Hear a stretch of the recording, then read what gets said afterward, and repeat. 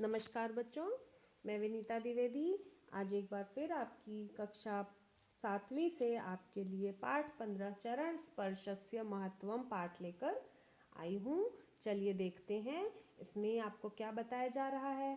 महाभारत कथा, यहाँ पर आपको महाभारत की कथा के बारे में थोड़ा सा ज्ञान दिया जाएगा और साथ ही भवत शब्द का प्रयोग आपको बताया जाएगा। भवत शब्द की विभक्ति आपको पेज नंबर 123 पर मिल जाएगी। आप कृपया वहाँ पर इसकी विभक्ति को देखिएगा और समझने का प्रयास करिएगा कि भवत शब्द को विभक्ति के रूप में किस तरह से प्रयोग में लिया गया है। चलिए अब हम इसका अध्ययन शुरू करते हैं बच्चों।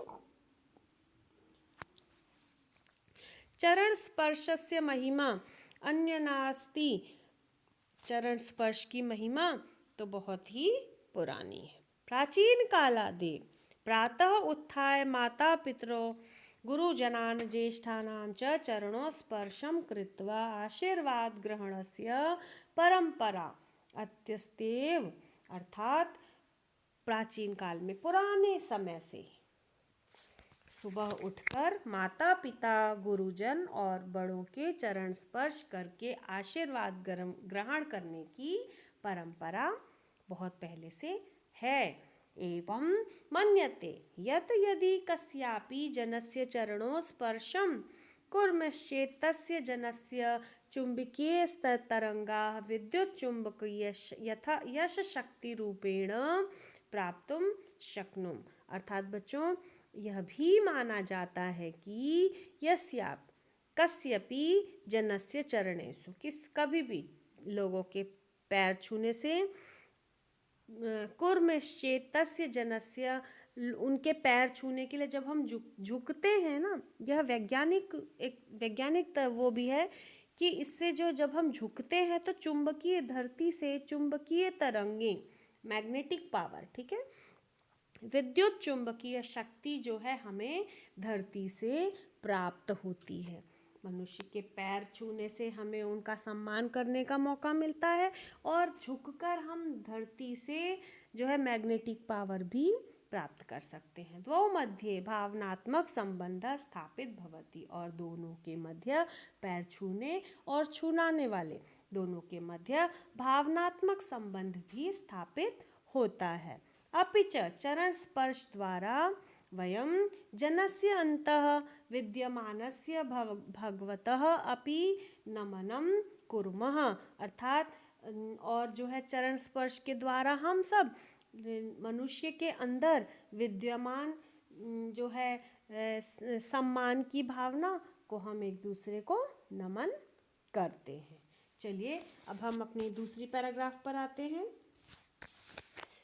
महाभारतस्य युद्धः आरम्भात् पूर्वं धर्मराजः युधिष्ठिर स्वभ्रातृभिः सह गुरुजनान् चरणस्पर्श कर्तुं शत्रुपक्षं गच्छति।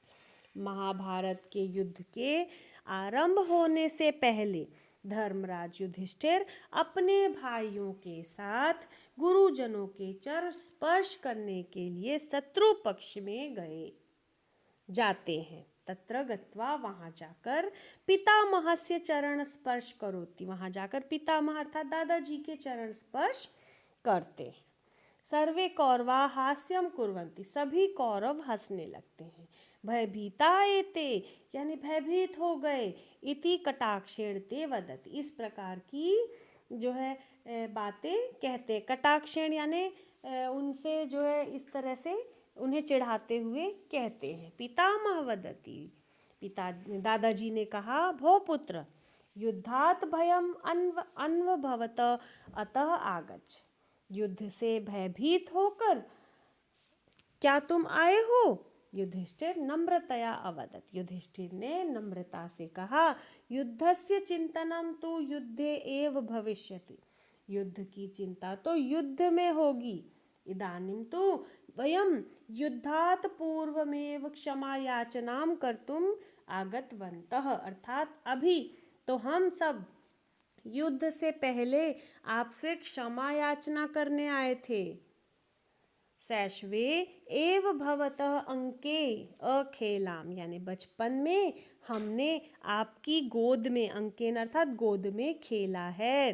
भवान अस्माकं पूजनीय अस्ति, आप हमारे लिए पूजनीय हैं, रेस्पेक्टिव हैं।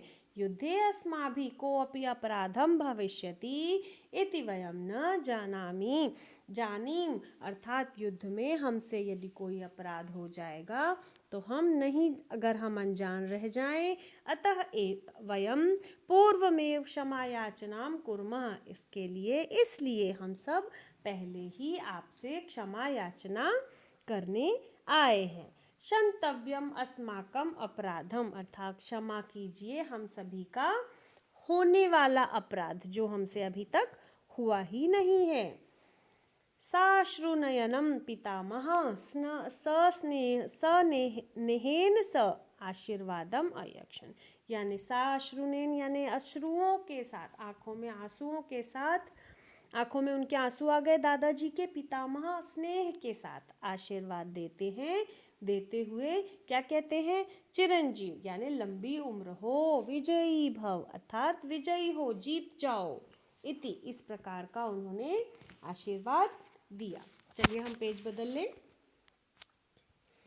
चलिए यहाँ पर हम देखते हैं, एतद् दृष्ट्वा क्रोधित दुर्योधन भीष्म पितामहम अवदत्, यह देखकर क्रोधित होकर दुर्योधन भीष्म पितामह से कहता है, पितामह यदि भवान तेषां शत्रुणां सफलताया कामना करोति तरहि तेषां पक्षे गत्वा भवान युद्धम करोतु, अर्थात पितामह यदि आप शत्रु पक्ष की सफलता की कामना करते हो तब आपको उनके पक्ष में जाकर आप हमसे युद्ध करिए। पितामह वदत्, पितामह ने कहा, आशीर्वाद मम वशे नास्ति, अर्थात पितामह जी ने कहा कि आशीर्वाद देना मेरे वश में नहीं है। यदि कोऽपि जनः कस्यापि चरणयो स्पर्शं कृत्वा प्रणाम करोति तरहि हृदय मस्तिष्के च नियंत्रणं न भवत्येव, अर्थात यदि कोई भी मनुष्य पैरों को छुएगा, मेरे पैरों को छुएगा और प्रणाम करेगा तो मेरे हृदय और मस्तिष्क पर नियंत्रण नहीं होता है। स्वहस्तः स्वमेव आशीर्वादम दातुम अग्रसरः भवति, मेरे अपने हाथ स्वयं ही आशीर्वाद देने के लिए आगे आ जाते हैं। तो यह पैराग्राफ था। अब इस पाठ का आखिरी पैराग्राफ देख लीजिए बच्चों। यदा पांडवा द्रोणाचार्यस्य कृपाचार्यस्य च चरणों प्रणमाम अकुर्वन् तदा तौ किमपि न अवदताम परंतु तयो हृदयम तु अवदत्। जब पांडव द्रोणाचार्य उनके गुरु जी थे और कृपाचार्य उनके महाराज, उस राज्य के गुरु थे, वो इन दोनों गुरुओं के जब उन्होंने, पांडवों ने, सभी पांचों भाइयों ने पैर छुए तो उन्होंने आशीर्वाद में कुछ नहीं कहा, लेकिन उन्होंने मन से आशीर्वाद दिया, उनके दिल से आशीर्वाद। तयो हृदयम तु अवदत्, उन्होंने हृदय से आशीर्वाद दिया। क्या दिया? भवन्तः सर्वे धर्मस्य पक्षे सन्ति, आप सब हमेशा धर्म के पक्ष में हैं। धर्मश्च भवतां पक्षे अस्ति, और धर्म भी आपके पक्ष में है। अस्माकं शरीर तु अत्र अस्ति, हमारा शरीर तो यहाँ है, परंतु हृदयम तो भवतां पक्षे एव अस्ति, किंतु हमारा हृदय तो आपके पक्ष में ही है। सदैव विजयम प्राप्तुम, सदैव विजय प्राप्त करो। इस प्रकार का आशीर्वाद उन्होंने बिना बोले अपने मन से पांडव पुत्रों को, पांडवाह को गुरुजी द्रोणाचार्य एवं कृपाचार्य जी ने दे दिया। अब यहाँ क्या लिखा है? एतद्देव चरण स्पर्शस्य चमत्कार अस्ति, ये इस प्रकार, यह सब चरण स्पर्श का आशीर्वाद चमत्कार है। चरण स्पर्श अहंकारम विनाशयति विनम्र भावम जनयति, अर्थात चरण स्पर्श जो है वो अहंकार का विनाश करता है और हमारे मन में दया के भाव का जन्म कराता है। सकारात्मक ऊर्जाया च संचरणम करोति, यानी सकारात्मक पॉजिटिव एनर्जी का हमारे अंदर संचार होता है और सुरक्षित रहता है। युधिष्ठिरः अर्धम युद्धम तु आशीर्वादेन युद्धात पूर्वमेव अजयत, अर्थात युधिष्ठिर तो आधा युद्ध तो आशीर्वाद के कारण युद्ध करने से पूर्व पहले ही जीत गए थे।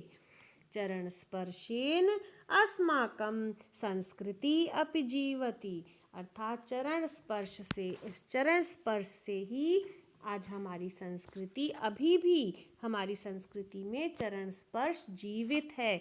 आचार्य मनु अपि अवदत्, यानी आचार्य मनु जी ने क्या कहा है, देखिए इस श्लोक द्वारा उन्होंने अभिवादनम शीलस्य नित्यम वृद्धोपये सेविनः चत्वारि तस्य वर्धते आयु विद्या यशो बल।